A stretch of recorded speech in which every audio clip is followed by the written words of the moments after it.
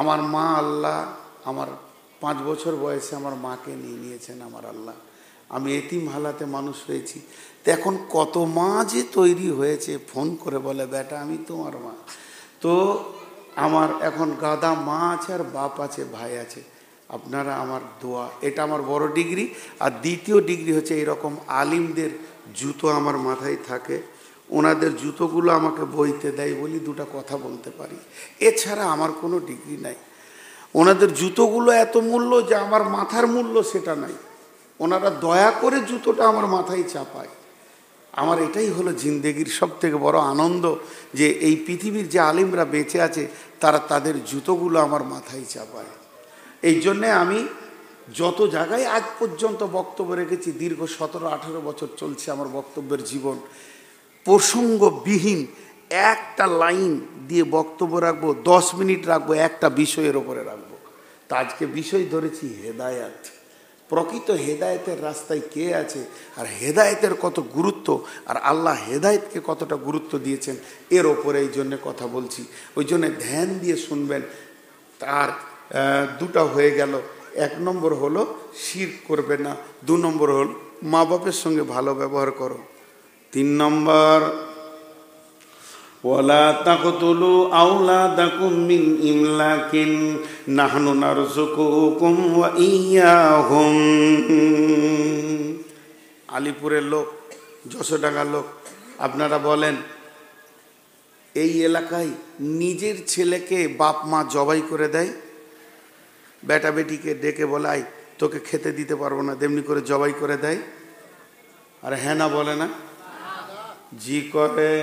আল্লাহ কোরআনে বলছেন খবরদার নিজের সন্তানকে কেটে ফেলে দিও না, খেতে দিব না এই ভেবে। খাবার তো আমি দিই, যাকে আমি পৃথিবীতে পাঠাই তার সঙ্গে রুচি আমি বরাদ্দ করে দিই। অতএব নিজের সন্তানকে কাটিও না, এটা লাইগেশনকে বলা হয়েছে। মেয়েরা পেট কেটে বাচ্চা বন্ধ করে কি করে না? হ্যাঁ, আপনাদের দেশে নাই?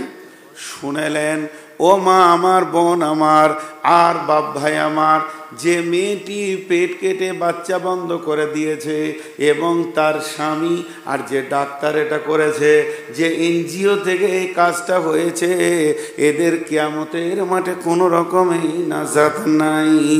এরা 3খানা কেসের আসামি। 1 নম্বর মার্ডার কেসের আসামি। ওই ছেলেগুলো বাপের মায়ের বিরুদ্ধে কিয়ামতের আদালতে দাঁড় করাবে, বলবে আল্লাহ এই নারীটা, এই পুরুষটা, এরা দাম্পত্য জীবনে, বৈবাহিক জীবনে আবদ্ধ হয়েছিল, ওদের ক্রসে আমাদের পৃথিবীতে যাওয়ার কথা ছিল, কিন্তু ওরা দুজনে এমন কুচাল করেছিল আমাদেরকে পৃথিবী জগৎ দেখতে দেয়নি। 1 নম্বর। 2 নম্বর হলো ওরা যখন পেট কাটে তখন নিয়ত করে রুজি তো আমরা সন্তানকে দিই, আল্লাহ রুজি দিতে পারে না। যদি আল্লাহর ওপরে ভরসা থাকতো এই কাজ ওদের দ্বারা হতো না। 2য় আসামি। আর 3য় আসামি, এরা ফেরাউনের মতো নিজেকে আল্লাহর গদিতে বসিয়েছে। এইগুলি কথা যতক্ষণ পর্যন্ত জবাব না দেবে অতক্ষণ পর্যন্ত এরা জান্নাতে যেতে পারবে না। 1 শ্রেণী ওলামার মত, এদের তওবাও কবুল হবে না, মানে এরা তওবার দরজাটাকে বন্ধ করে দিয়েছে। তার মানে হচ্ছে যে কাজটা করেছে এটা আবার লাইনটা যদি চালু করে দিতে পারে তবেই তওবা কবুল হবে। ভাইরা আমি ফতোয়া দিচ্ছি না, আমি আলেম নয়। 1 শ্রেণী আলেমের মত আমি কথা বলেছি। অতএব মা আমার, বোন আমার, হে পুরুষের দল, আমার রব বলছেন খবরদার সন্তান তোমরা কতল করবে না। নাহনু নারযুকুকুম ইয়্যাহুম, রুজি তো আমি দিই, রুজি তো তোমরা দাও না। অতএব পৃথিবীর বুকে যত বান্দা আছে তাদের কত পরিমাণ রুজি লাগবে এটা আমি রবের কাছে বরাদ্দ আছে। আমার গোডাউনে কম নাই। খবরদার তোমরা সন্তান কতল করিও না। 3 নম্বর হলো, 4 নম্বর হচ্ছে ওয়ালা তাকরাবুল ফাওয়াহিশা মা জাহারা মিনহা ওয়া মা বাতান। ও আমার গোলামের দল, তোমরা কি জান্নাতের রাস্তাতে হাঁটতে চাও? যদি হাঁটতে চাও তা একটা কাজ করবে, যেখানে গোপনে প্রকাশ্যে কাবিরা গুনাহ হবে ওই জায়গায় যেন তোমাকে আমি দেখতে না পাই। যেখানে সুদ চলবে, যেখানে তাস চলবে, যেখানে লুডো চলবে, দাবা চলবে, যেখানে জুয়া চলবে, মদ চলবে, জেনা ব্যভিচার চলবে, ওই জায়গাতে আমি যেন তোমাকে দেখতে না পাই। ওয়ালা তাকরাবুল ফাওয়াহিশা মা জাহারা মিনহা ওয়া মা বাতান। গোপনে হোক প্রকাশ্যে হোক, খবরদার তোমাকে যেন কোনোদিন আমি নোংরা জায়গায় দেখতে না পাই। একজন আলিম কি বলেছে জানেন? বলছে ব্যাংকে দাঁড়ানো যাবে না, ব্যাংকের মাটিতে দাঁড়ানো জাহান্নামে দাঁড়ানো বারাবার।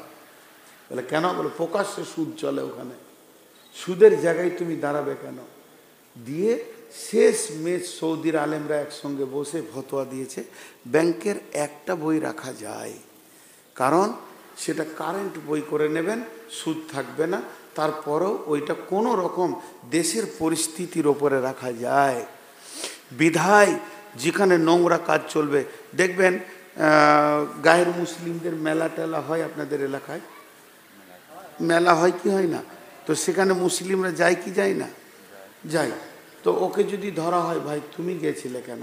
বলে তা আমি তো পূজা করতে যাইনি, ওরা করছে, আমি মেলাতে গেছিলাম, ছেলেটা কাঁদলো তো একটা ভটকা গলা কিনে দিলাম। জি না, ওই জায়গাটাই নিষিদ্ধ।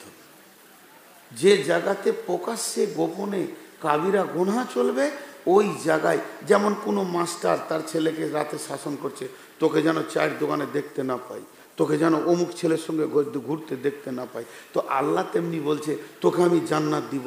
কিন্তু পৃথিবী যত জায়গায় প্রকাশ্যে গোপনে গুনাহ হয় ওই জায়গায় তুই দাঁড়াবি না, তুই করবি না এটা বলেনি, তুই ওই জায়গায় দাঁড়াবি না। কথাটা বোঝাতে পারলাম? তুই করবি না এটা নয়, ওই জায়গায় তুই দাঁড়াবি না, একদম মেরে দিলে। তুই দাঁড়াবি তো তোর জবান খুলে যাবে, তুই বিপদে পড়ে যাবি, বিধায় দাঁড়াস না। 3, 4 হয়ে গেল। 1 নম্বর হলো শিরক করবে না, 2 নম্বর হলো মা বাপের সঙ্গে ভালো ব্যবহার করো, 3 নম্বরে সন্তান কতল করিও না, 4 নম্বরে ফাহেসা কাজের কাছে যেও না, 5 নম্বরে ওয়ালা তাকতুলু নাফসাল্লাতী হারামাল্লাহু ইল্লা বিল হাক্কি। খবরদার মানুষ হয়ে মানুষ মার্ডার করবে না। একটা মানুষকে মারা বিশ্ব মানবকে মারার বারবার গুনাহ হবে। একটা মানুষকে বাঁচিয়ে দেওয়া বিশ্ব মানব কুলকে বাঁচানোর বারবার নেকি হবে। খবরদার হে মুসলমান, তোমার দ্বারা যেন অন্য একটা মানুষ কতল না হয়ে যায়। তবে আমার আল্লাহ বলেছেন ইল্লা বিল হাক্কি, কিন্তু হকের সঙ্গে করা যাবে। হকের সঙ্গে কেমন? আবার বলছে করা যাবে হকের সঙ্গে। 3 জন মানুষকে যদি মার্ডার করা হয়, 3 জন মানুষকে যদি কতল করা হয় তো গুনাহ হবে না। 1 নম্বর হলো বিয়ে করার পর যদি কেউ জিনা ব্যভিচার করে, আল্লাহ আমাদের সকলকে মাফ করুন, আল্লাহ আমাদেরকে সকলকে মাফ করুন। বিয়ে করার পর যদি কেউ জিনা বিচার করে ওকে কতল করে দাও, রজম করে দাও। এটা আমাদের যদি আরবের শাসন হতো রজম হয়ে যেত। 2 নম্বর হলো কতলের পরিবর্তে কতল। 3 নম্বর কোনো মুসলমান টাকার লোভে যদি মুরতাদ হয়ে যায়, খ্রিস্টান হয়ে যায়, কাদিয়ানি হয়ে যায়, কিংবা ইহুদি নাসারা হয়ে যায়, ওকে যেখানেই পাবে কেটে ফেলে দাও, এর জন্য গুনাহ হবে না। তা আমার আল্লাহ বলছেন ওয়ালা তাকতুলু নাফসাল্লাতী হারামাল্লাহু ইল্লা বিল হাক্কি। একদম মানুষ হয়ে মানুষ কতল করবে না। এই কথা বলার পর বলছেন আল্লাহ যালিকুম ওয়াসাকুম বিহি লাআল্লাকুম তাকিলুন। আমি তোমাদের জন্য ওসিয়ত করলাম রে, এটা অন্য কেউ করেনি, আমি নূর মোহাম্মদ বলিনি, বিশ্ব নবীও বলেননি, জিবরাইল বলেননি, স্বয়ং আল্লাহ বলছেন, ও জান্নাতের যাত্রীরা, আমি তোমাদেরকে রাস্তা দিলাম রে, যালিকুম ওয়াসাকুম বিহি, আমি তোমাদেরকে ওসিয়ত করলাম, লাআল্লাকুম তাকিলুন, যদি তোমাদের ভিতরে বিবেক থাকে তাহলে তোমরা বুঝে নিবি। জি, তাহলে কটা হলো? 5টা হয়ে গেল। এবার দ্বিতীয় আয়াতে 5টা, ওয়ালা তাকরাবু মালাল ইয়াতীমি ইল্লা বিল্লাতী হিয়া আহসান হাত্তা ইয়াবলুগা আশুদ্দাহু। আল্লাহ তাবারাক ওয়া তাআলা বলছেন, ওয়ালা তাকরাবু মালাল ইয়াতীমি, খবরদার তুমি এতিমের মালের কাছে যেও না, এতিমের মাল ভক্ষণ করিও না। এতিমের মালে অনেক রিয়াকশন আছে। এতিমের মাল এমন একটি মাল, সে তার মাল বুঝে না। আর যদি তুমি এতিমের মালকে ধ্বংস করে দাও, কঠিন কিয়ামতের মাঠে তোমাকে জবাবদিহি করতে হবে। আমার আজকে বিবি মারা গেল, আমি আমার বিবিটাকে নিয়ে গিয়ে কবরে দিয়ে দিলাম, কবরে শুইয়ে দিয়ে এসে কালকে আমি দ্বিতীয় বিয়ে করলাম। সেই বউটাকে নিয়ে আসার পর আমি রঙিন আত্মহারাতে, আমি রঙিন আনন্দে মেতে গেলাম। তারপর তার বিবির, আগেকার বিবির ছেলেগুলো কুকুর বিড়ালের মতো রাস্তায় ঘুরতে লাগলো। তাদের মালগুলো, তাদের মায়ের মালগুলো তসরুপাত হতে লাগলো। আল্লাহ বলছে, শুনে নাও, ইন্নাল্লাযীনা ইয়াকুলুনা আমওয়ালাল ইয়াতামা যুলমা ইন্না ইয়াকুলুনা ফি বুতুনিহিম ইল্লান নারা ইন ফি বুতুনিহিম ওয়া সায়াসলাউনা সাঈরা। পৃথিবীর বুকে যারা এতিমের মালকে জবরদস্তি করে ভক্ষণ করে নেয়, এতিম তো আর বুঝে না। আমি যে বিবিটাকে কবরে দিয়ে এলাম, তারা ছোট ছোট ছিল এইরকম বাচ্চা, ও তার মাল বুঝে না, ওর মায়ের মাল বুঝে না, মায়ের নাকের কানের হাতের গুলো কি মূল্য বুঝে না। ওই মালগুলোকে আমি তসরুপাত করে দিলাম। আল্লাহ বলছে, শুনে নাও, তুমি মাল খাওনি, বরং জাহান্নামের আগুন খেয়েছ। যেদিন কিয়ামতের মাঠে আসবে, তোমাকে অতি শীঘ্র এই জাহান্নামের ভিতরে ভরা হবে। অতএব এতিমের মাল হচ্ছে পৃথিবীর সব থেকে দামি মাল। এই মালটাকে কেন্দ্র করে আল্লাহ এক রুখু বক্তব্য রেখেছেন সূরা নিসার মধ্যে। খবরদার, এতিমের মালকে তুমি নষ্ট করতে পারবে না। তোমার দায়িত্ব কি, যে মেয়েটাকে তুমি কবরে দিয়ে এলে, তার মালগুলোকে, এমনকি তার ছিঁড়া কাপড় যদি থাকে, শাড়ি সায়া ব্লাউজ যদি থাকে, এবং তার থালা বাটি বাপের ঘর থেকে আনা, তার বাপের বাড়ির খাটে দ্বিতীয় বউকে তুমি শোয়াতে পাবে না। তার বাপের বাড়ির চেয়ারে, তার বাপের বাড়ির ড্রেসিং টেবিলে দ্বিতীয় বউটা তো চিরুনি করতে পারবে না। কেন পারবে না? ওই মালটা আর তোমার একা নয়, ওই মালটা 3 জনের ভাগে পড়ে গেছে। 2 জন মাসুম আছে, তুমি বড় হয়ে আছো। মালটাকে জুগাতে হবে যেন অবহেলায় নষ্ট না হয়ে যায়, তোমার গাফলতির কারণে যেন নষ্ট না হয়ে যায়। ওই মালটাকে সুন্দর করে ঘেরে ঠিক করে রেখে দিতে হবে।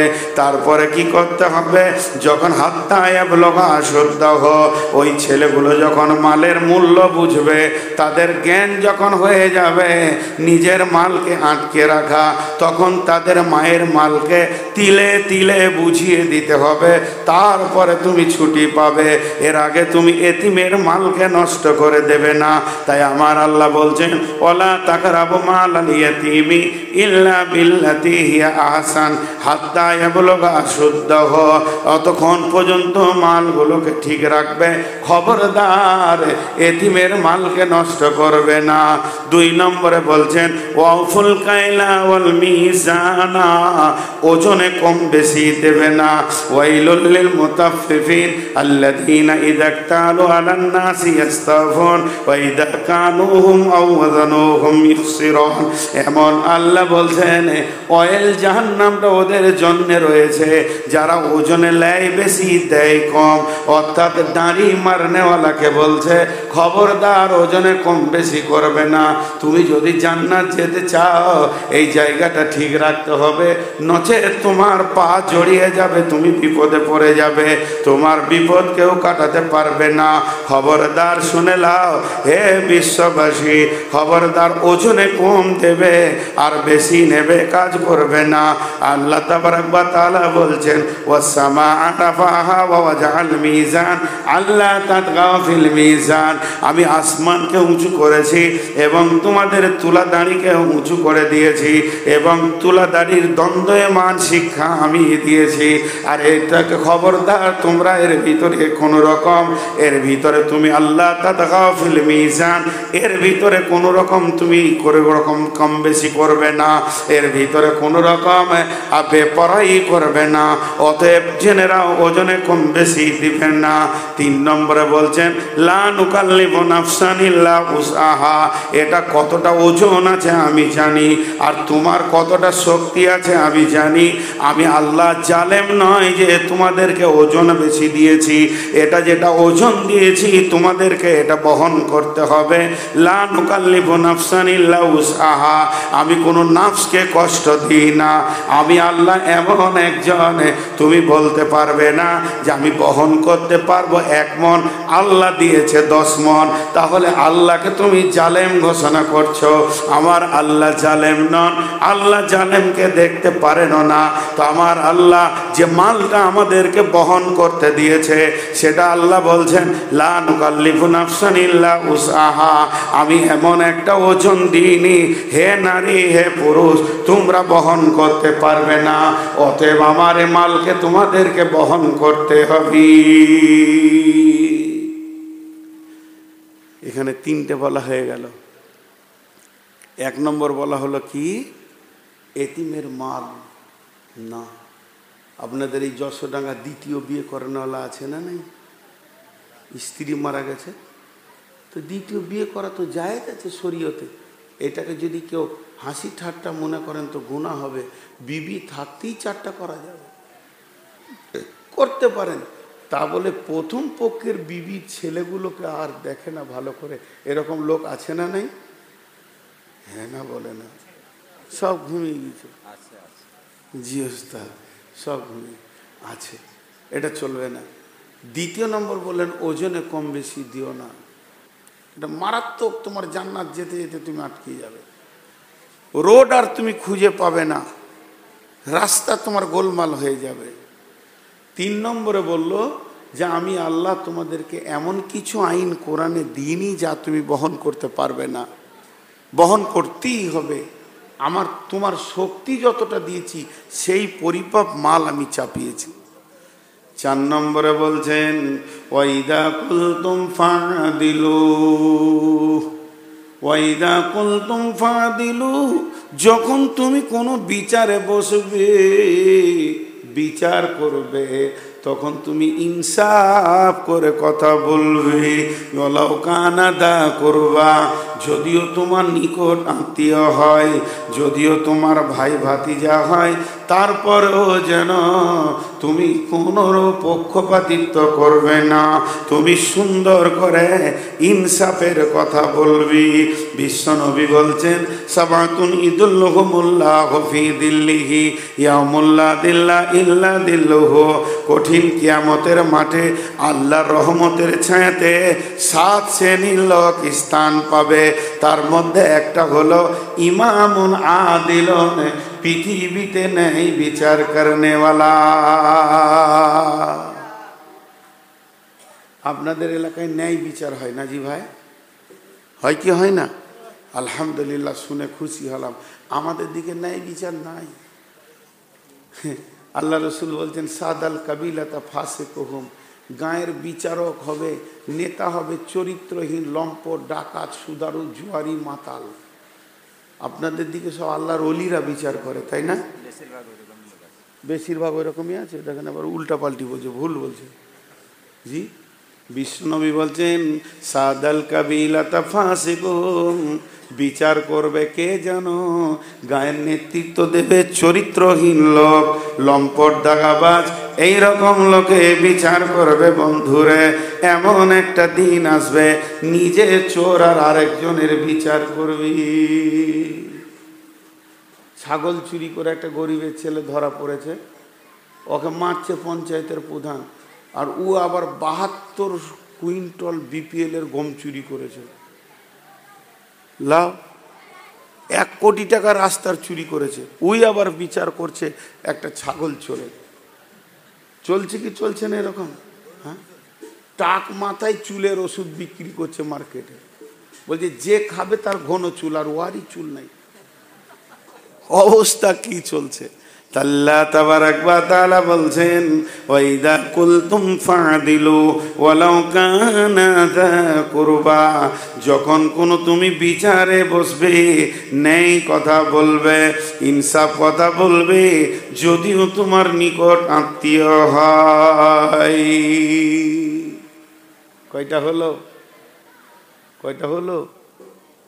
যা 6টা লয় 4টা, আর ওই দিকে হয়ে আছে 5টাতে 9টা হলো। যে শেষকালে বলছে অবিয়াহাদিল্লাহি আউফু, অবিয়াহাদিল্লাহি আউফু, আল্লাহর যত হদ আছে, আইন আছে, এগুলোকে পুরা করতে হবে। আল্লাহর আইনকে আধা মাদা করা যাবে না, আল্লাহর হদুদকে পুরা করতে হবে। অবিয়াহাদিল্লাহি আউফু যালিকুম ওয়াসাকুম বিহি লাআল্লাকুম তাযাক্কারুন, আমি আল্লাহ তোমাদেরকে ওসিয়ত করলাম, যদি তোমরা এটাকে স্মরণ করো তাহলে কাজে লাগবে।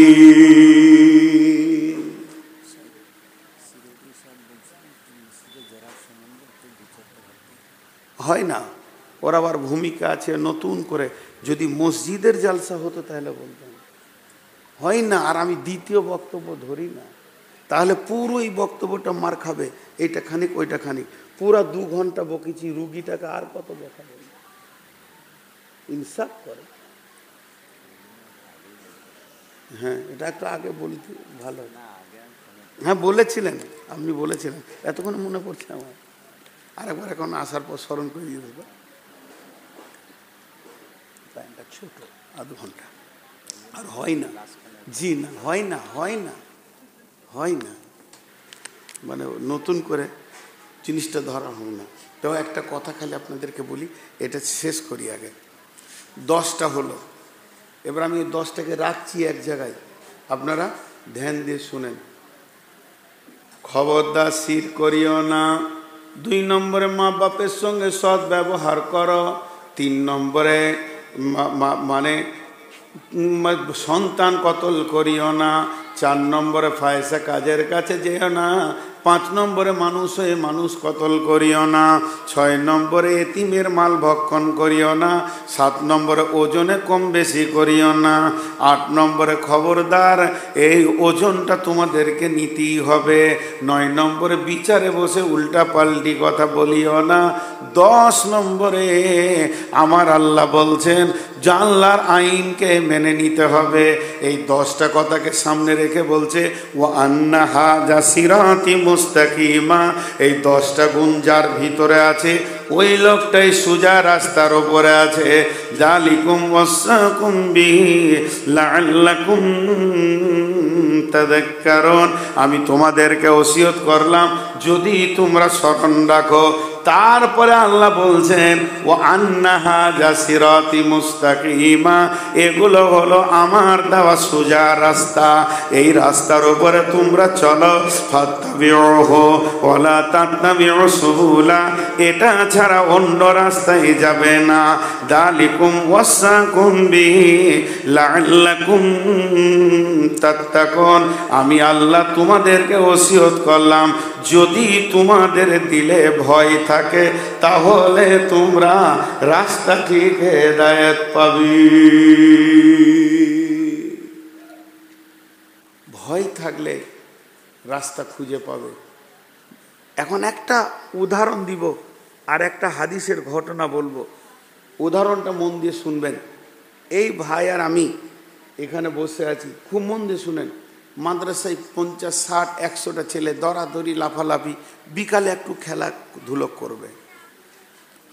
এরই মাঝে আমি তো মেহমান বসে আছি, এরই মাঝে এই ভাই আমার একটা ছেলেকে ডাকছে, শফিকুল। তো এলো, তোর আসার ভঙ্গিটা খালি দেখেন, হঠাৎ করে এসে বলছে, কি বলছেন বলেন, কি দরকার, হঠাৎ শফিকুল বলে ডাকছেন, বলেন। ওর দিলে একটু ভয় নাই, যেটা মেহমান আছে এটা আমার শিক্ষক, ভয় নাই। এরপরে আরেকটা ছেলেকে ডাকছে, মিজানুর। তো যেই ওস্তাদের কণ্ঠটা ওর কানে পড়েছে, তো মাথা নামো করে হাত গুটি আস্তে আস্তে করে এসে, ঠিক মনে হচ্ছে যেন কোন 7 কালের অপরাধী, মাথা নামো করে বলছে, জি কি বলছেন, আর আস্তি করে ভয়ে ভয়ে। এখন বলেন আপনি আমি কি বলবো এই দুটো ছেলেকে? ও মানুষ হবে না। আগেরটাকে কি বলবো? ও মানুষ হবে না। আর এইটার জন্য কি বলবো? ছেলেটা ভবিষ্যৎ মানুষ হবে। বলেন বলবো কি বলবো না? তো এই 10টা আইন যে বললাম, তো আল্লাহ বলছে যার দিলে ভয় আছে সে এখান থেকে হেদায়েত নিতে পারবে, আর যার ভয় নাই সে শুনবে, আর যেমন ডন ছিল সকালে উঠে ওই রকমই হাঁটবে, ফজরের সলাতে তাকে পাওয়া যাবে না, তার মানে ও হেদায়াত পাবে না। এবার একটা ঘটনা শোনাই, হাদিসের ঘটনা। স্বামী স্ত্রী দুজনেই ইয়ং, ব্যাচেলিয়র, দুজনেই জোয়ান, তাদের যৌবন টকবক টকবক করছে, ঘরে কেউ নাই, আর দুইজন দুইজনের সঙ্গে মিলবে তো গুনহাও নাই। তা আছে ওরা কি অবস্থায়? হাদিসে বলছে ওরা আছে কি অবস্থায়। বিবিটা বসে আছে, স্বামীটা শুয়ে আছে। আর একবার ভালো করে শোনেন, বিবিটা বসে আছে, স্বামীটা শুয়ে আছে। এবার যে শুয়ে চকা একটা বালিশ লাগবে, ও বালিশ নেয়নি, বিবির নরম জাংটাকে বালিশ বানিয়েছে, এই জাঙ্গের ওপরে মাথা রেখেছে, আর বিবি তার হাতগুলো দিয়ে এইভাবে চুলগুলোকে নাড়ছে, এইভাবে দাড়িগুলোকে সিধা করছে। এবার বলেন, জাঙ্গে যদি মাথা থাকে আর বিবি যদি উবুর হয়ে স্বামীর মাথা লাড়ে, তাহলে যতগুলি বিবির ভোগ আছে, যেগুলো আনন্দের জায়গা, সবগুলো মাথার কাছে রয়েছে, এবং দুজনই জান। দেখেন দৃশ্যটা আপনাদেরকে বুঝাইলাম। সাহাবীটার নাম আব্দুল্লাহ ইবনে রাওয়াহা। আব্দুল্লাহ ইবনে রাওয়াহা বিবির জাঙ্গে শুয়ে আছেন, আর বিন বিন বিন বিন করে একটা আয়াত পড়তে পড়তে কেঁদে ফেলেছে। তার চোখের পানি বিবির জাঙ্গে গিয়ে পৌঁছেছে। বিবি তাকে দেখছে, স্বামী কাঁদছে কেন? স্বামী তো আমার পাগল নয়, রসুলের সাহাবী। তাহলে ই কাঁদছে মানে কাঁদার ভিতরে কোনো ভেদ আছে। তো বিবির কান্না দেখে স্বামীও কাঁদতে শুরু করে দিল।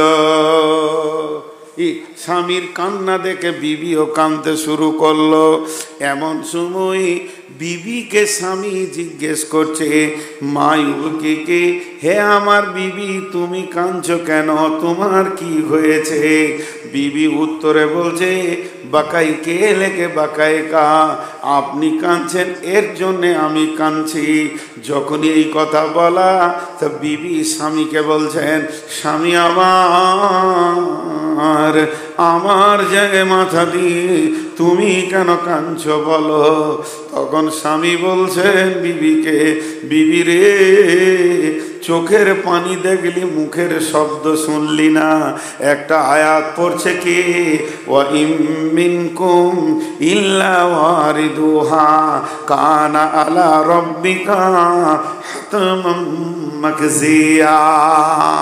এই আয়াতটা হলো সূরা মারিয়ামের আয়াত। আল্লাহ তাবারাক ওয়া তাআলা বলছেন, বিবির সেই কঠিন কিয়ামতের মাঠে আমাদের আসল ঘর জান্নাত থাকবে। পৃথিবী रहने का जगह नहीं है, जो आता है जाने के लिए आता है, ये जगह आने के लिए आना नहीं। अगर आने के लिए आना होता तो जगह ही नहीं मिलता। ये एक ऐसी जगह है जो आते हैं जाने के लिए, इस जगह को छोड़ना ही होगा।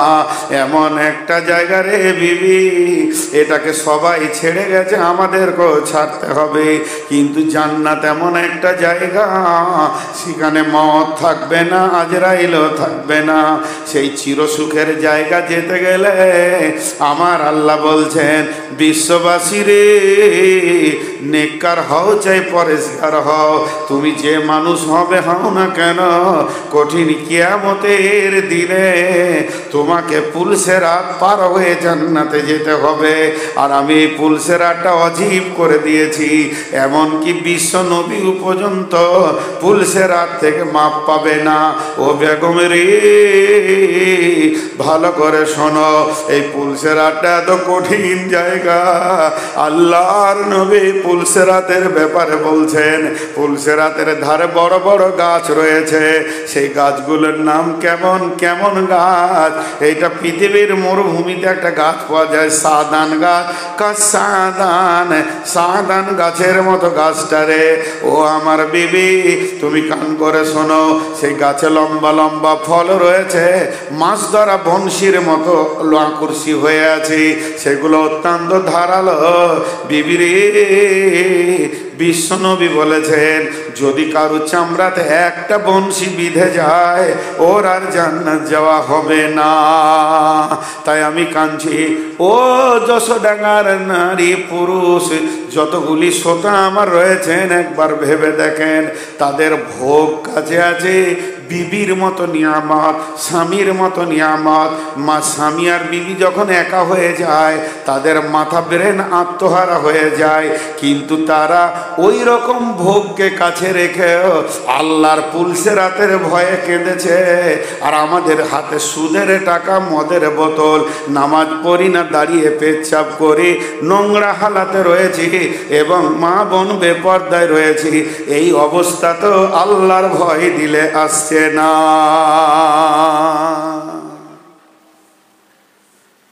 জি ভাই, আজকে টোটাল বক্তব্যের বিষয় ছিল হেদায়াত, হেদায়াত, হেদায়াত, হেদায়াত। সব থেকে বড় নিয়ামত হচ্ছে হেদায়াত। যে হেদায়াত পেল সে সব কিছু পেল, যে হেদায়াত পেল না সে কিছুই পেল না। আমার বক্তব্য শেষ, আমার বিষয় শেষ। কিন্তু একটা বিষয়ে মিনিট 10 কথা বলবো, অনেক লম্বা চওড়া বিষয় সেটা। আর এই কথাগুলো বলতে বলে যেখানে এই ভেজালগুলো লেগে থাকে, যে আরও ঝগড়া হবে, কারণ এই মাল মনে হয় এখানে আছে না। জি দেখেন, আপনাদেরকে সাদা সাদা কথা জিজ্ঞেস করব, মসজিদ ভালো জায়গা না খারাপ জায়গা? কথা বলে না। ভালো জায়গা। তো মসজিদ ভালো জায়গা। কেমন ভালো জায়গা দেখেন, হাদিসে অনেক কিছু আছে, মসজিদে কে স্থান পাবে, মসজিদকে ভালোবাসলে জান্নাত হবে, মসজিদ বানালে জান্নাত বানবে, অনেক হাদিস আছে, আমি দিকে যাচ্ছি না। সহজ করে একটা বুদ্ধির কথা বলি, যে একটা লোক টোটোতে নেমে ডাক্তারের বাড়ি গেল, সে ডাক্তারের মেহমান, মাস্টারের বাড়ি গেল, সে মাস্টারের মেহমান, কেউ হাফেজ সাহেবের বাড়ি গেল, হাফেজ সাহেবের মেহমান, মৌলানা সাহেবের বাড়ি ঢুকলো, সে কার মেহমান? মৌলানা সাহেবের মেহমান। আর যে মসজিদ ঢুকবে সে কার মেহমান? আল্লাহর মেহমান। এবার বলেন, আপনার ঘরে যদি মেহমান আসে, তো আপনি যত কাজ করবেন, ঘুরবেন ফিরবেন, আর নজরটা খালি মেহমানের দিকে যাবে, যাবে কি যাবে না? আরে হ্যাঁ না বলে না? মেহমান আসলে খুশি লাগে না দুঃখ লাগে, যে তুই ফের কেন এলি, মাছ কিনতে হবে নাকি? হ্যাঁ, খুশি লাগে। তো মেহমান এলে যখন খুশি লাগে আর তার দিকে বারবার নজরটা যায়, কেউ যদি আল্লাহর ঘরে বসে থাকে তো তার নজরটা বারবার আল্লাহর ঘরের দিকে যাবে, আল্লাহর দিকে আল্লাহর নজরটা তার দিকে যাবে। আর আল্লাহর একটা নজর মানে গুনাহ মাফ। এইভাবে অনেক কথা মসজিদের বলা যায়। কিন্তু আবার মসজিদ বানানো কাবিরা গুনাহ, মসজিদ বানানো কাবিরা গুনাহ। স্বয়ং রসুলকে মসজিদে যেতে দেওয়া হয়নি। জিবরাইল আমিন এসে সামনে দাঁড়িয়ে গেলেন, দিয়ে বললেন ওয়াল্লাযীনা ইত্তাখাযু মাসজিদান জিরারা ওয়া কুফরা তাফরীকাম বাইনাল মুমিনি ওয়া ইরসাদান লিমান হারাবাল্লাহা ওয়া রাসূলাহু মিন ক্বাবলু ওয়া লা ইয়াহলিফুনা ইন আরাদনা ইল্লাল হুসনা ওয়াল্লাহু ইয়াশহাদু ইন্নাহুম লাকাযিবুন। জি, মসজিদ থেকে রসুলকে আটকে দেওয়া হলো, যেতে দেওয়া হলো না। তাহলে মনে মনে খুশি হচ্ছে, ওই লাগি তো আমি মসজিদ ঢুকি না। নাজি ভাই, কিছু লোক আছে তাহলে বলবো ওই জায়গায় মসজিদ ঢুকি না। মা বোনেদেরকে একটা মজার কথা শুনিয়ে দিই। ওরে আমার মা ও আমার বোন, ভালো করে শুনেন। বিশ্ব নবীর একমাত্র বিবি ছিলেন, সে কোনো সতীনের মুখ দেখেননি। সেই বিবিটা মরার পরে অন্য বিবিগুলি নবীজি বিয়ে করেছিলেন। ওর নাম হচ্ছে খাদিজা। নবীজি মওত পর্যন্ত যাকে ভুলেননি তার নাম হচ্ছে খাদিজা। বিশ্ব নবীর যে বিবিকে জিবরাইল সালাম দিয়েছিলেন তার নাম খাদিজা। স্বয়ং আল্লাহ সালাম পাঠিয়েছিলেন সেই মেয়েটির নাম খাদিজা। গারে হিরাতে যিনি খাবার দিয়েছিলেন মেয়েটার নাম খাদিজা। এই মেয়েটা হলো খাতুনে জান্নাত খাদিজা। ও আমার মা ও আমার বোন, এই খাদিজা কোনোদিন 5 ওয়াক্তে নামাজ পড়েনি। নবীর বিবি জীবনে 5 ওয়াক্ত নামাজ পড়েনি। হাজি, আপনাদের কি মনে হচ্ছে, ঠিক না ভুল? এত বড় লোক কথা বলে না। নবীর বিবি 5 ওয়াক্ত নামাজ পড়েনি। তাহলে এখানে যে আমার বোন বেটিরা আছে এরা মনে মনে বলছে এবার নামাজ ছেড়ে দিব। রসুলের বিবি নামাজ পড়েনি তা আমরা কেন পড়ব? জি, এর পেছনে ইতিহাস আছে, এর পেছনে তথ্য লুকানো আছে। কারণ খাদিজা মরার পর 5 ওয়াক্তের নামাজটা দুনিয়াতে এসেছে, তার আগে 5 ওয়াক্তের নামাজ ছিল না। হ্যাঁ, আম্মাজান আয়েশার বিছানা থেকে রসুলের মেরাজ হয়েছে। আর আম্মাজান আয়েশা বলছে আমরা খাদিজাকে সতীন হিসেবে দেখিনি কোনো দিন। ও মরার পর রসুল আমাদেরকে বিয়ে করেছেন। তার মানে 5 ওয়াক্ত নামাজের হুকুমটা দেখতে পাইনি। তা রসুলকে মসজিদে যেতে দেওয়া হয়নি, জিবরাইল আটকিয়ে দিয়েছিলেন। কেন? তাহলে এর পেছনে ইতিহাস আছে। ইতিহাস কি আছে জানেন? আল্লাহ রসুলকে মার্ডারের প্ল্যান করা হয়েছিল মদিনাতে। তো মদিনার মোনাফিকরা মার্ডার করবে, তো এরা বলেছিল ওকে মার্ডার করা অত সহজ নয় রে, মারতে যাবি তো তুইও মরে বসে থাকবি। কারণ ওকে যত লোক ভালোবাসে তোকে আমাকে ভালোবাসে না, আর ওকে মারতে গেলে তুই চাটনি হয়ে যাবি। কেন? আমার বাড়ি বর্ধমান, আর বর্ধমান থেকে আমাকে মারার লেগে ঘেরে ধরেছিল। রাতে রাতে পালিয়ে এসে যশোডাঙ্গায় ঢুকেছি, আর এইখানকার জামে মসজিদের আমি ইমাম হয়েছি। আর এইখানকার কি বুড়ো, কি বাচ্চা, কি নারী, কি পুরুষ, সবাই আমাকে কলিজা দিয়ে ভালোবাসছে। কিন্তু 5-6টা নেতা লোক খালি দেখতে পারছে না, ওদের কলিজা জ্বলে গেল যে আমাদের আর সম্মান থাকছে না। ওই ঘটনা রসুলের হয়েছিল যখন হিজরত করে মদিনায় এলো, মুনাফিকদের কলিজা জ্বলতে লাগলো। কথাটা বুঝাতে পারলাম? তখন ওই মুনাফিকরা প্ল্যান করছে ওকে মারবি কি করে। ওদের গোপনে মিটিং হতো পাহাড়ের ধারে, গোপনে ওদের তলায় তলায় ঠিক থাকতো, এই তুই যাবি তুই যাবি, ওকে ডেকে নিবি। ওরা জানতো কে কে। আচ্ছা, আপনাদেরকে একটা কথা বলি, আপনাদের গ্রামে মসজিদ আছে, মসজিদের কমিটি আছে না? প্রত্যেক মসজিদের কমিটি আছে কি নাই? আছে। মাশাআল্লাহ, শুনে ভালো লাগলো, মসজিদের কমিটি আছে। তারা মসজিদের ভালাই চিন্তা করে, ইমাম মজ্জেনের চিন্তা করে। কিন্তু দেখবেন গোপনে অলিখিত, লিখিত নাই, কাগজ কলম নাই, ইমাম তারার একটা কমিটি আছে। ওদের কাজই হচ্ছে ইমাম যদি 2 বছর থেকে যায় এবার তারও ওকে। এটা আছে না নেই? আরে হ্যাঁ না বলে না? আছে। তো এই মালগুলোই মদিনার মোনাফিকদের বীজ থেকে এসেছে আর কি। মানে এটা সব জায়গায় থাকবে, রসুলের পেছনে লেগেছিল। তখন এরা বলল যে ওকে তো লড়ে পারবি না।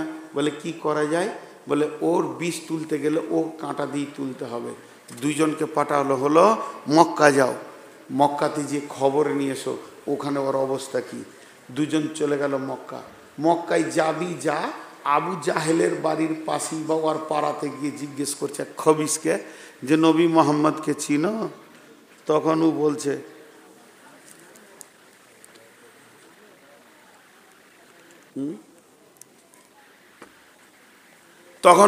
কি নবী মোহাম্মদ, ওকে খুঁজে পেলে কাটবো। কুফারে মক্কা, মুশরিকে মক্কা তো রাতে রাতে পালিয়েছে সে। ওর কলজেটা বড় হলো, হ্যাঁ ওর দুশ্মন পেয়েছি। বললো ঠিক আছে তোমাদেরকে টাইমে খবর দিব। ওরা চলে গেল মদিনা। মদিনাতে গিয়ে আবার গোপনে মিটিং করলো। বলছে হয়ে গেছে কাজ, সাপও মরবে, লাঠিও ভাঙবে না, আমরা গায়ে হাত দেবো না, আসামি হব না, মক্কার লোককে ডেকে নিয়ে মদিনায় রাখবো, ওরাই মার্ডার করে দিয়ে পালাবে, ওর বংশের লোকই ওকেই মার্ডার করবে, আমাদের নামে কেসও হবে না। তখন মুনাফিকরা বলছে কি করবি রে, থাকবে কার ঘরে? যার ঘরে থাকবে তাহলে সে আবার আসামি হয়ে যাবে। তখন বলছে একটা মসজিদ বানা। যে মসজিদ বানালো, দিয়ে মসজিদটা বানালো ছোট করে, মদিনার এক কোণে বানিয়ে নিল। যে মসজিদটা যখন বানানো হলো তখন মনে মনে ভাবছে যে আরে এটাকে তো উদ্বোধন করতে হবে, তা কী করে করবি? এখন নবী মোহাম্মদ বেঁচে আছে, মসজিদে নববীর ইমাম, ওকে যদি না নিয়ে এই মসজিদটা উদ্বোধন করি তাহলে লোক এটাকে পুঁছবে না। পুঁছবে বলেন? যারা নামাজি পুঁছবে না, স্বয়ং রসুল বেঁচে আছে। বলছে তাহলে ওকে দাওয়াত দে। দিয়ে দুইজন মুনাফিক গিয়ে বলছে ইয়া রাসূলুল্লাহ, ইয়া হাবিবাল্লাহ, ও দয়ার নবী গো, আমরা একটা মদিনাতে মসজিদ করেছি ওই দক্ষিণ পূর্ব কোণে, আপনি যদি একবার উদ্বোধন করে দিতেন তো ভালো হতো। হাজি ভাই, আপনারা জীবনও নামাজ পড়তে যাবেন না, যদি শুনেন যে আমেরিকাতে 5 কোটি টাকাতে একটা বড় মসজিদ হয়েছে, কলজেটা বড় হবে কি হবে না? মুসলমানের কলজে বড় হবে কি হবে না? আর যদি শুনেন যে দুবাই একটা মসজিদকে ভেঙে দিয়েছে, কলজেতে লাগবে কি লাগবে না? এর তো মুসলমানদের দিলের তো রসুলের কলিজাটা বড় হলো, বাহ বাহ বাহ বাহ, আমার কদিন মদিনায় আসা হয়নি, এতেই তোমরা মসজিদ বানাচ্ছ, বাহ বাহ বাহ বাহ, খুব ভালো, তোমাদের চিন্তা ভাবনা ভালো, যাব যাব যাব, তোমাদের মসজিদটা উদ্বোধন করতে যাব, কথা দিয়ে দিলেন। এরপরে নবীজি যখন বের হতে যাচ্ছেন, উজু করেছেন, পাগড়ি বেঁধে নিয়েছেন, জুব্বা পরে নিয়েছেন, নবীজি ওই মসজিদে প্রথম নামাজ পড়িয়ে উদ্বোধন করে দেবে এই উদ্দেশ্যে যখন বেরোতে যাচ্ছেন, এমন সময় জিবরাইল আমিন এসে ওই রসুলের সামনে দাঁড়িয়ে গেলেন, দিয়ে বললেন আল্লাযীনা ইত্তাখাযু মাসজিদান জিরারা ওয়া কুফরা তাফরীকাম বাইনাল মুমিনি ওয়া ইরশাদান লিমান হারাবাল্লাহা ওয়া রাসূলাহু মিন কাবলু ওয়া লা ইয়াহলিফুন্না ইন আরাদনা ইল্লাল হুসনা ওয়াল্লাহু ইয়াশহাদু ইন্নাহুম লাকাযিবুন। নবী আপনি ভালো করে শুনেন, ওই লোকেরা জিদের বশীভূত হয়ে কুফরির তাড়নায় বেঈমানিতে ওই মসজিদটা বানিয়েছে, ওইটা ওরা চিরজীবন আল্লাহ এবং তার রসুলের দুশ্মন প্রথম থেকেই আছে। এই দুশ্মনির কারণে, দিনকে ধ্বংস করার কারণে, জামাতকে তাফরীকাম বাইনাল মুমিনি, মুমিনের ভিতরে ফাটল ধরানোর জন্যে ওই মসজিদটাকে বানিয়েছেন। এরকম করে জিবরাইল বলতে বলতে বললেন, ও নবী মুহাম্মদ ভালো করে শুনেন, আল্লাহ বলছেন ওয়াল্লাহু ইয়াশহাদু ইন্নাহুম লাকাযিবুন ওয়া ইন আরাদনা ইল্লাল হুসনা। ওদেরকে যদি জিজ্ঞেস করা হয় তোমরা কি করেছো, ওরা বলবে আমরা ভালো কাজ করেছি, মসজিদ বানিয়েছি। ওদের মুখটা কসম খাবে আর বলবে আমি ভালো কাজ করেছি। ওরা কোনো সময় বলবে না যে নবী মুহাম্মদকে মারা চক্রান্ত করেছি, বরং ওরা বলবে ভালো কাজ করেছি, মসজিদ বানিয়েছি। আল্লাহ বলছেন আল্লাহু ইয়াশহাদু, আমি আল্লাহ সাক্ষী দিছি, ইন্নাহুম লাকাযিবুন, ওরা সকলেই মিথ্যুক। ওটা হলো মসজিদে জেরার। আল্লাহ তাবারাক ওয়া তাআলা এর পরের আয়াতে বলছেন লা তাকুম ফিহি আবাদা, ওখানে পা দেওয়া যাবে না। কোনো মুমিন মসজিদে জেরারে পা দিতে পারে না। মসজিদে জেরার যদি পৃথিবীতে থাকে, নামাজ পড়া দূরের কথা, ওখানে বসে ইবাদত করে দূরের কথা, জিকির করা দূরের কথা, তেলাওয়াত করা দূরের কথা, মুমিন এইভাবে পাটা ঠেকাতে পারে না। কোরআন বলছে লা তাকুম ফিহা আবাদা, ওই জায়গায় তুমি জীবনে পা দেবে না। আমার নবীকে মসজিদে জেরার থেকে আটকিয়ে দেওয়া হয়েছে। খবরদার তুমি মসজিদে জেরারে পা দেবে না। পৃথিবীর সব থেকে নোংরা জায়গা ওই মসজিদে জেরা। সৌদির বুকে সেই মসজিদটাকে বর্তমানে ভেঙে দিয়েছে বন্ধুরে, ওখানে কাউকে পা দিতে দেয় না। আর যারা অন্তত নিজেকে মুমিন মনে করে, ইমানদার মনে করে, ওই লোক যেন মসজিদে জেরারে পা না দেয়। আজকের পৃথিবীতে যদি ঝগড়া ঝামেলা করে জিদ করে কোনো মসজিদ হয়ে যায়, ওটা মসজিদে জেরার হয়ে যাবে, ওখানে কোনো মুমিন পা দিতে পারবে না। মিন আউয়াল ইয়াউমিন, কোরআনে আছে মিন আউয়াল ইয়াউমিন, ঝগড়াটা প্রথম দিন হবে। কথাটা বুঝাতে পারলাম? আপনার মন দিয়ে এইখানটা একটু শোনেন, আল্লাহর ওয়াস্তে যারা মুরব্বী আছেন। মিন আউয়াল ইয়াউমিন মানে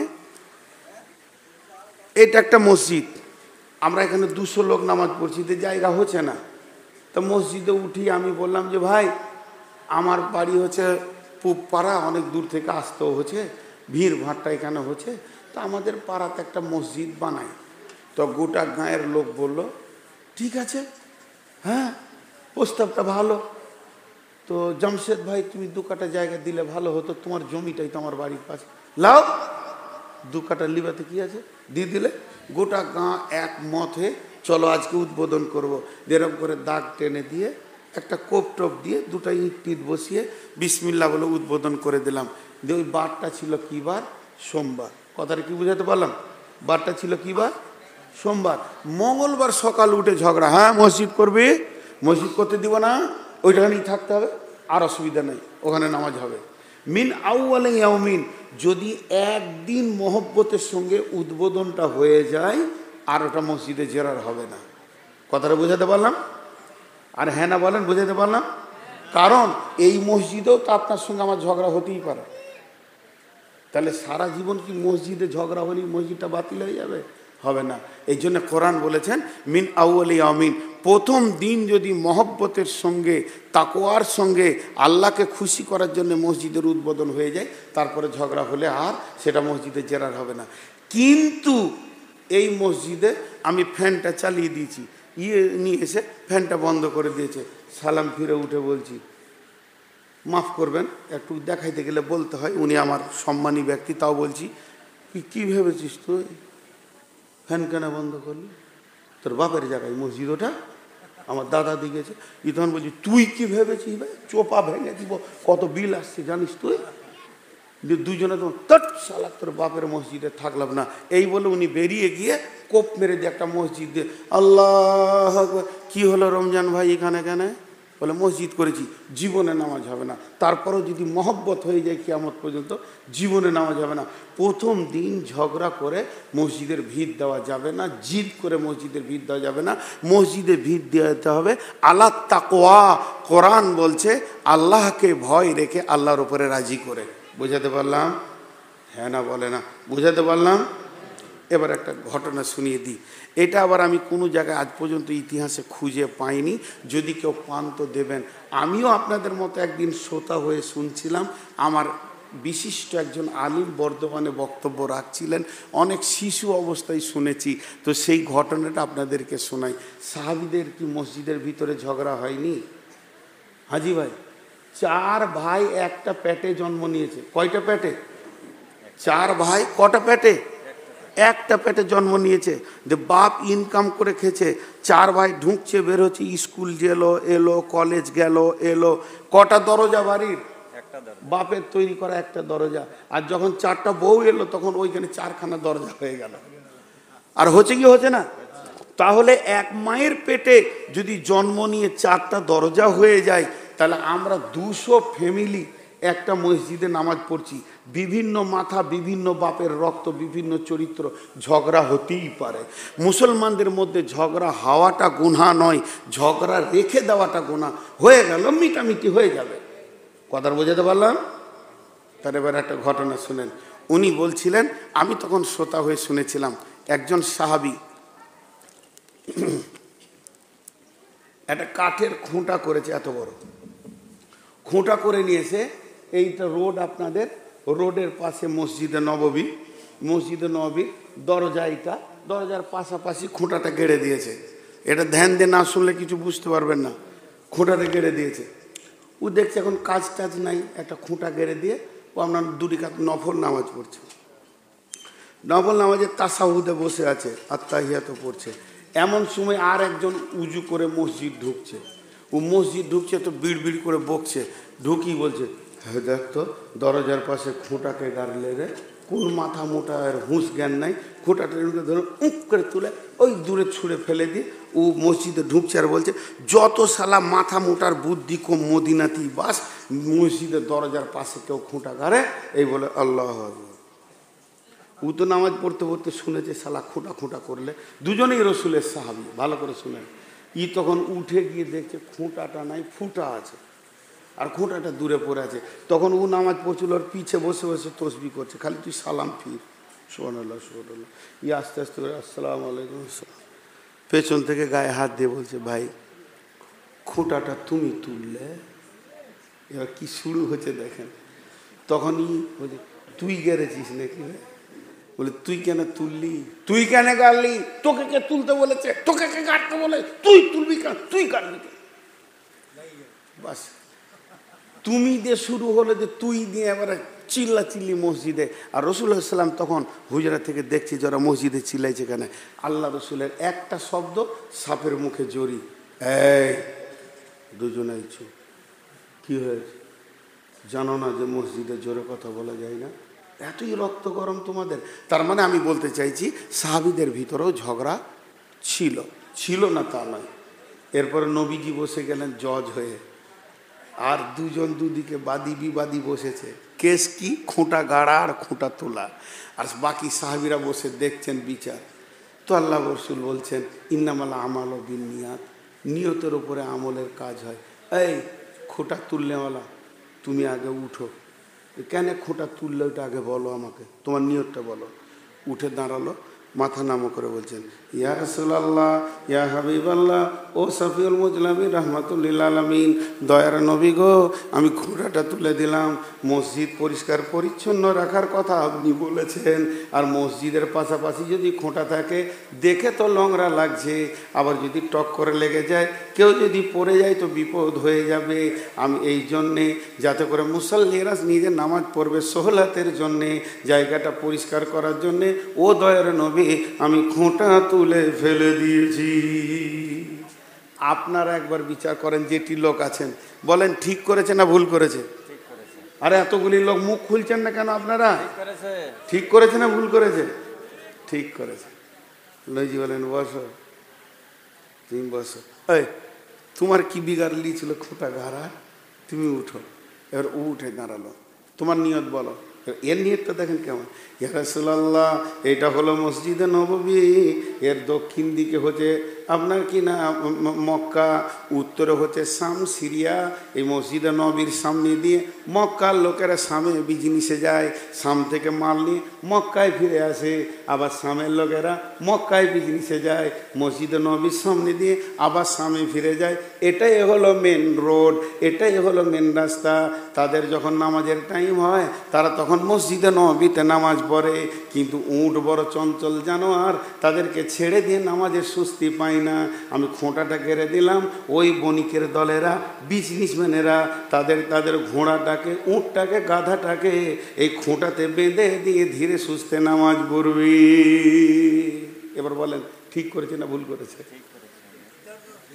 দেখেন, এরও নিয়ত ঠিক, ওরও নিয়ত ঠিক।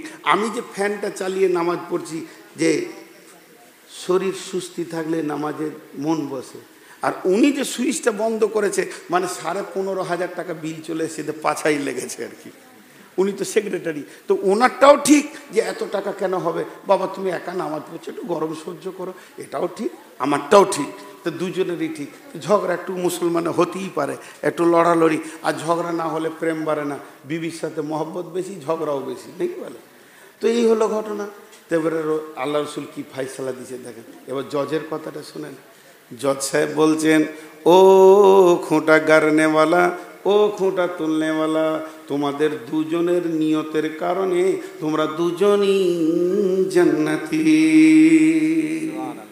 তার মানে ঝগড়া হতে পারে, কিন্তু নতুন মসজিদ বানাতে যাব না। আর ঝগড়া করে যদি কেউ নতুন মসজিদ বানায়, ওটা মসজিদে জেরার হবে, আর ওখানে পা রাখা যাবে না। আল্লাহর কোরআন বলেছেন, হাত তো দূরের কথা, এমনি পা রাখা যাবে না।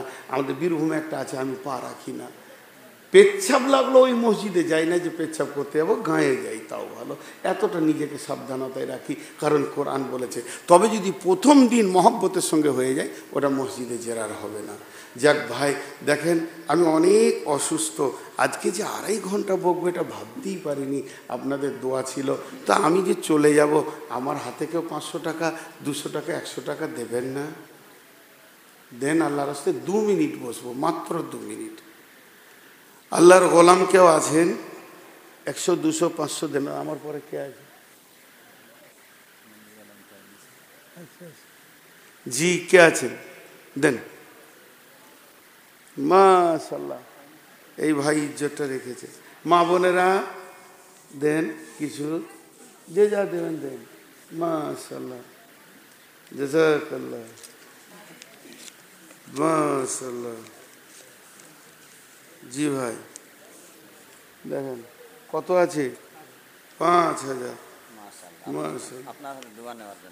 জি, আমার দোয়া কবুল হবে না তো খ্যাপা আমাকে দিয়েছে কোন বড় বড় আলেম চলে গেল। আবুল হায়াত ভালো মানুষ। আর কে আছেন? মাশাআল্লাহ। কত আছে? 2000 কেন শোনা? একটু বাড়ানো যাবে না? কিছুই নাই, খুব অভাব, ঘুরে দাও, কিছু বাড়াও। আছে, কোটে মাল আছে, নাই 10 টাকাও নাই। আল্লাহর গোলাম কত ভালো গো, মাশাআল্লাহ। আবার 100 টাকা দিল, 100 টাকা তো হলো। আর কেউ আছেন ভাই দেনেওয়ালা? জি, আপনারা আমার জন্য দোয়া করবেন, আপনাদের জন্য আমিও দোয়া করব। আল্লাহ তাবারাক ওয়া তাআলা আমাদেরকে শোনা বলার থেকে বেশি করে আমল করার তৌফিক দান করুন। আসসালামু আলাইকুম ওয়া রাহমাতুল্লাহি ওয়া বারাকাতুহু। আমি 2.5 ঘন্টা